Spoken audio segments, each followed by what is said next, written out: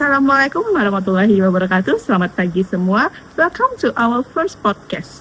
Bagi teman-teman yang bertanya ini acara apa, ini adalah waktunya kita sebagai ASN ngobrol-ngobrol tentang topik yang sangat istimewa dan sangat menarik, yaitu wawasan kebangsaan, bangga berbangsa dan bernegara. Ada pepatah mengatakan tak kenal maka tak sayang, maka dari itu perkenalkan nama saya Adnita Mara, perawat terampil dari RSUP M. Jamil Padang yang berperan sebagai host kali ini. Pada kesempatan kali ini kita memiliki 4 narasumber. Yang pertama ada Vicky Marhamah, asisten apoteker terampil dari Balai Besar Kekarantinaan Kesehatan Medan. Yang kedua ada Lanisa Gulam Wulansari, bidang terampil dari RSUP Hasan Sadikin Bandung. Yang ketiga ada Raja Hamidah, tenaga sanitasi lingkungan terampil dari Balai Kekarantinaan Kesehatan kelas 2 Tembilahan. Dan yang terakhir ada Rizky Amalia, operator layanan kesehatan dari RSUP Dr. Rifai Abdullah Banyuasin. Hai, perkenalkan, saya Vicky Marhamah, CPNS Kementerian Kesehatan dari Satuan Kerja Balai Besar Kekarantinaan Kesehatan Medan. Jabatan saya sebagai asisten apoteker terampil. Halo semuanya, saya Lanisa, saya berasal dari Bandung dan saya adalah CPNS Kementerian Kesehatan Formasi Bidan Terampil di Rumah Sakit Umum Pusat Dr. Hasan Sadikin Bandung. Salam, saya Raja Hamidah, CPNS Terampil dari Tanjung Pinang. Sekarang mengabdi di daerah rawan bencana, Tembilahan. Terima kasih Kak. Banyak yang nggak tahu bahwa 80% penyakit sebenarnya bisa dicegah dengan sanitasi yang baik. Di Tembilahan yang rawan banjir, pekerjaan saya cukup krusial. Pas banjir besar tahun lalu, saya harus mastiin nggak ada kontaminasi air, nggak ada penyebaran penyakit. Saya juga bekerja siang sampai malam bersama tim-tim yang lain. Ada perawat, ada dokter. Dan tahu apa yang paling membanggakan buat saya? Masyarakat dari berbagai latar belakang seperti petani, tukang kebun, nelayan, pedagang, semua tuh bergotong royong membersihkan lingkungan. Mereka tuh paham loh sanitasi dan tanggung jawab secara bersama. Di situ saya tuh melihat Indonesia yang sesungguhnya, beragam tapi tetap bersatu saat ada sebuah tantangan. Nah, visualisasi Indonesia ini sebagai bentuk negara yang tangguh, yang bangkit dari bencana karena kekuatan gotong royong secara bersama. Halo, saya Rizky Amalia yang berasal dari Rumah Sakit Dr. Rifai Abdullah Palembang. Saat ini saya bertugas di instalasi gizi Dr. Rifai Abdullah Palembang. Luar biasa, teman-teman semua adalah garda terdepan kesehatan Indonesia. Nah, pertanyaan saya yang pertama, apa yang membuat teman-teman memilih mengabdi untuk kesehatan Indonesia? Dimulai dari Mbak Vicky dulu, silakan Mbak. Saya akan berbagi pandangan saya tentang visualisasi bangsa serta alasan saya memilih mengabdi sebagai CPNS Asisten Apoteker Terampil. Visualisasi bangsa bagi saya adalah gambaran nyata tentang bagaimana Indonesia dibangun melalui peran dan kontribusi setiap warganya. Rasa bangga berbangsa dan bernegara tidak hanya diwujudkan melalui kata-kata, tetapi melalui tindakan nyata dan pengabdian sesuai dengan profesi yang kita jalani. Sebagai asisten apoteker, saya berperan dalam pelayanan kesehatan yang merupakan salah satu kebutuhan dasar masyarakat. Saya menyadari bahwa kesehatan masyarakat sangat berpengaruh terhadap kemajuan bangsa ini.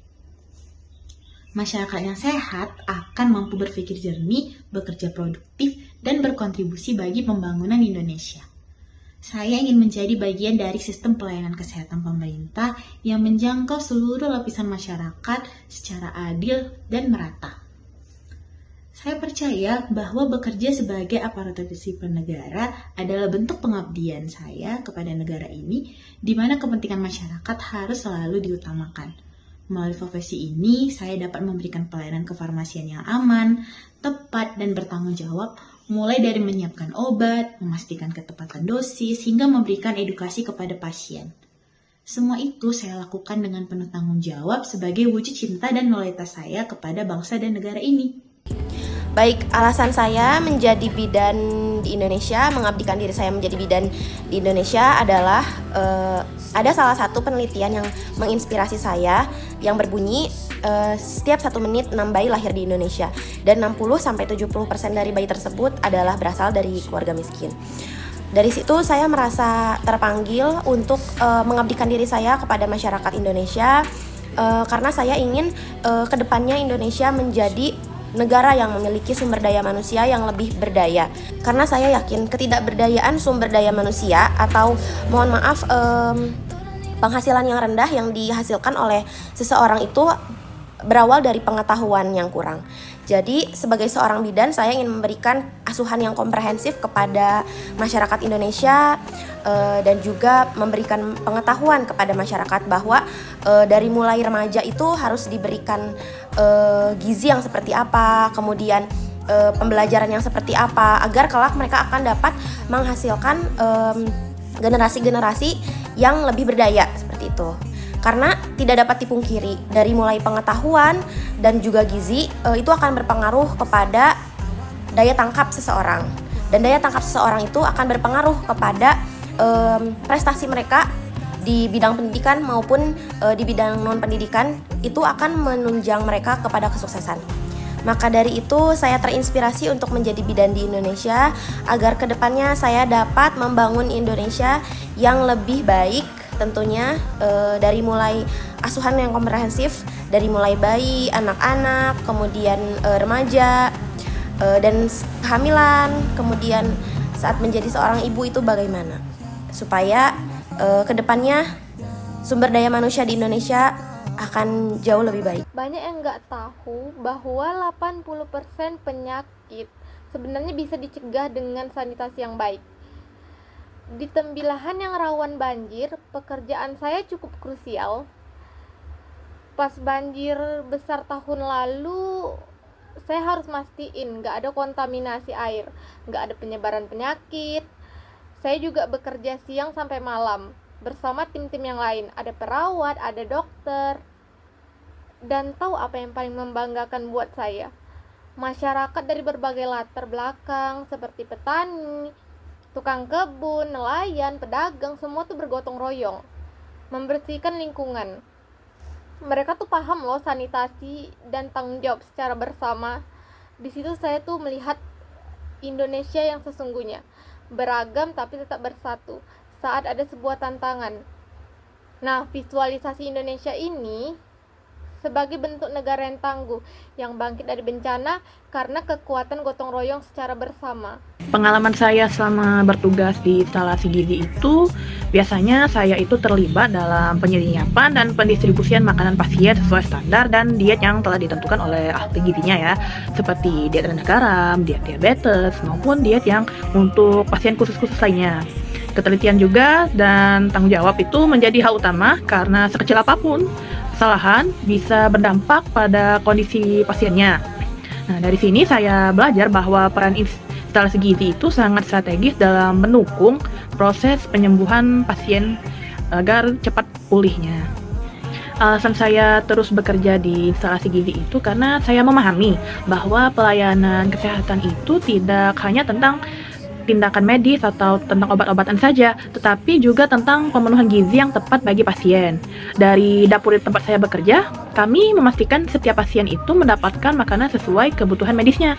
Bagi saya sendiri, itu merupakan bentuk nyata pengabdian kepada negara dan masyarakat. Karena pemenuhan gizi yang baik adalah bagian penting dari upaya menciptakan masyarakat Indonesia yang sehat dan produktif. Melalui peran saya di instalasi gizi, saya dapat melihat bahwa visualisasi Indonesia itu sebagai negara yang hadir dan peduli terhadap warganya, bahkan dari aspek yang sering tidak terlihat. Nah, instalasi gizi itu mungkin bisa dibilang pekerjaan yang di balik layar ya, namun kontribusinya itu sangat nyata dalam sistem pelayanan kesehatan nasional. Jadi menurut saya, hal itu merupakan wujud bangga berbangsa dan bernegara yang saya rasakan dari instalasi gizi itu. Seperti berkontribusi sesuai peran, bekerja dengan sepenuh hati, dan menjunjung tinggi tanggung jawabnya sebagai seorang ASN.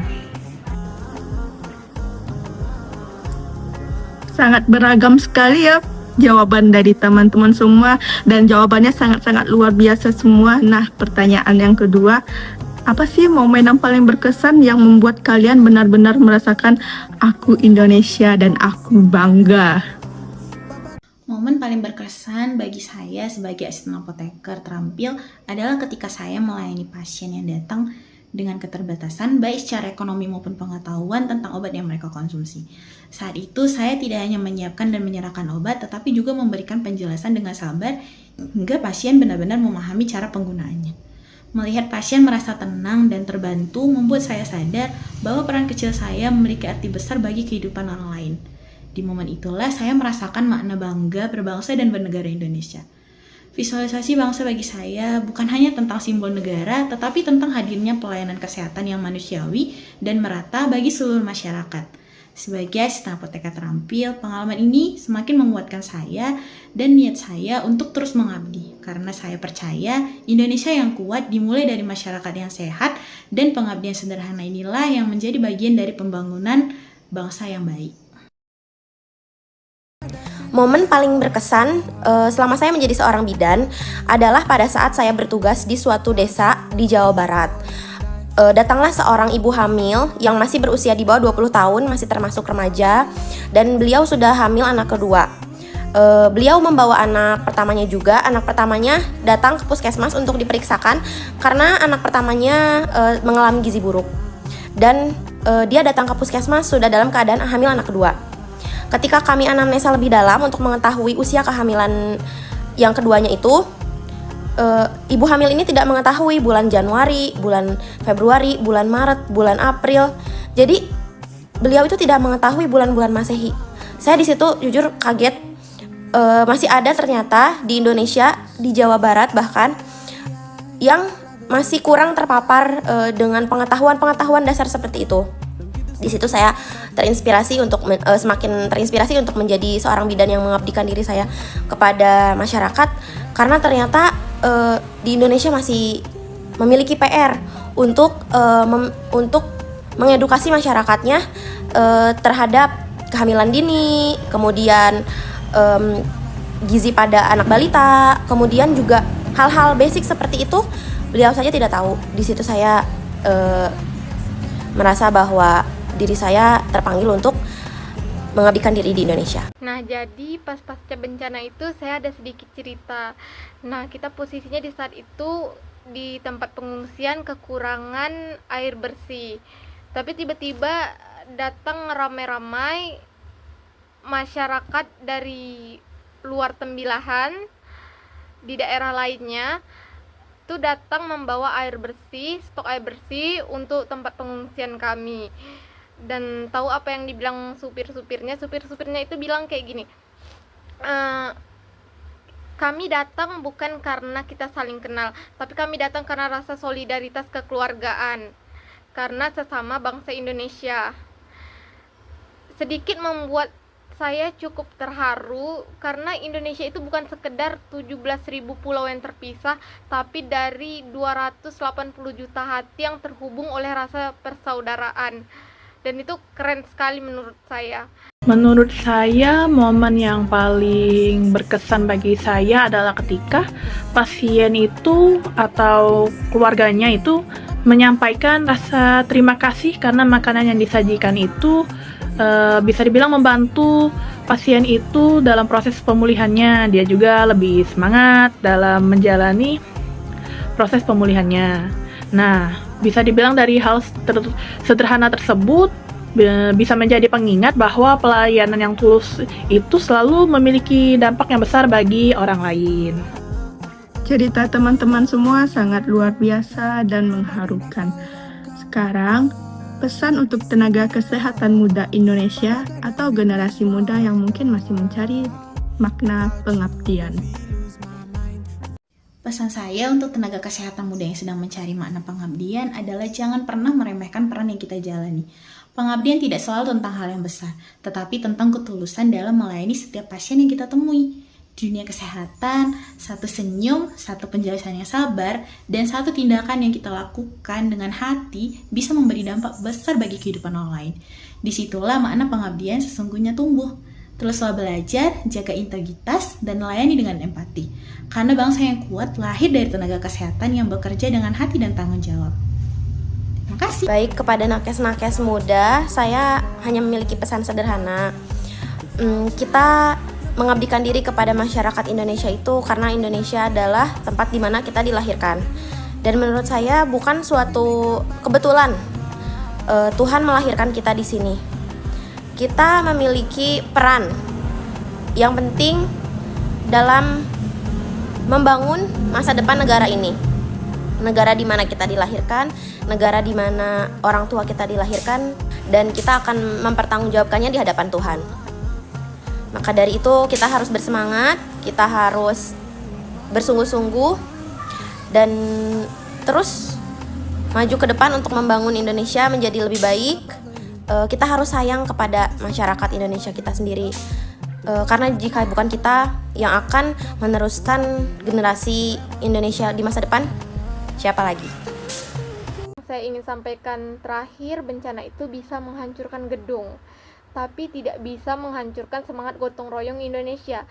Kita tangguh, kita bangkit, kita Indonesia. Mungkin pesan yang bisa saya sampaikan untuk teman-teman di luar sana, jangan pernah meremehkan peran apapun dalam pelayanan kesehatan. Setiap profesi itu saling melengkapi satu sama lain dan juga memiliki kontribusi yang penting bagi Indonesia. Nah, dari instalasi gizi rumah sakit, kami turut mengambil peran dalam mewujudkan Indonesia yang sehat, kuat, dan berdaya saing. Teman-teman pendengar sekalian, inilah wajah Indonesia yang sesungguhnya, bukan selebriti yang viral di media sosial yang hanya mencari sensasi, tapi tenaga kesehatan seperti Vicky, Nisa, Raja, dan Rizky yang terus mengabdi untuk memberikan pelayanan yang terbaik untuk kita semua. Dari cerita mereka kita belajar bahwa cinta tanah air bukan hanya tentang lagu kebangsaan saat upacara, tapi aksi nyata yang kita buktikan setiap hari. Terima kasih kepada Mbak Vicky, Mbak Nisa, Mbak Raja, dan Mbak Rizky, dan tenaga kesehatan di luar sana lainnya yang telah menjadi tulang punggung Indonesia sehat. Untuk kalian pendengar, ingat Indonesia adalah kita semua. Apapun profesi kalian, mari kita berkontribusi mulai dari diri sendiri, mulai dari sekarang untuk Indonesia yang lebih baik. Salam sehat, salam Indonesia. Baiklah teman-teman semua, saya sebagai host pamit undur diri. Assalamualaikum warahmatullahi wabarakatuh.